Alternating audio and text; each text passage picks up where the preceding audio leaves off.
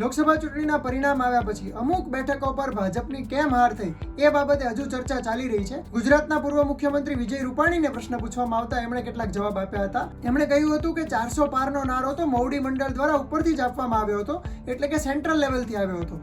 પરંતુ ગુજરાતમાં જે 5 લાખની સરસાઈથી જીતવા માટેનો ટાર્ગેટ આપવામાં આવ્યો પ્રદેશ પ્રમુખ દ્વારા, એ આપવાની કોઈ જરૂર નથી. એમણે એવું કહ્યું કે એ ટાર્ગેટ વધારે પડતો હતો અને એના કારણે વાસ્તવિક પરિણામો પર એની અસર થઈ.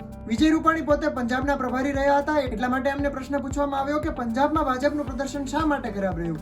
એમણે કહ્યું કે પંજાબમાં અગાઉથી ખેડૂતોનો જે વિરોધ હતો અને ખેડૂત આંદોલન ચાલતું હતું સરકાર સામે, એના કારણે અમુક ગામોમાં તો ભાજપને પ્રવેશવા પણ દેવામાં નહોતું આવતું અને એવી સ્થિતિમાં વધારે બેઠકો લાવવી અગાઉથી મુશ્કેલ વાત જ હતી. આ સિવાય એમને ઉત્તર પ્રદેશમાં ખરાબ પ્રદર્શન અને અયોધ્યાવાળી બેઠકની હાર બાબતે પૂછવામાં આવ્યું તો એમણે કહ્યું કે ત્યાં પક્ષમાં કંઈક રંધાઈ રહ્યું છે, કંઈક તકલીફ છે. આવનારા સમયમાં ખબર પડશે કે શું તકલીફ છે, પરંતુ એના કારણે પક્ષની બેઠકો ઓછી થઈ છે એ વાત ચોક્કસ છે. મિત્રો, પરિણામ સારું આવે ત્યારે એને સૌ વધાવે, પણ ખરાબ આવે તો અનેક પ્રકારની અટકળો અને ચર્ચાઓ શરૂ થઈ જતી હોય છે. તો આ ત્રણેય મુદ્દે તમારું શું માનવું છે અમને કોમેન્ટ કરીને જણાવો અને આ જ પ્રકારના વિડીયો જોવા માટે જોતા રહો ગુજરાત સમાચારના ડિજિટલ પ્લેટફોર્મ્સ.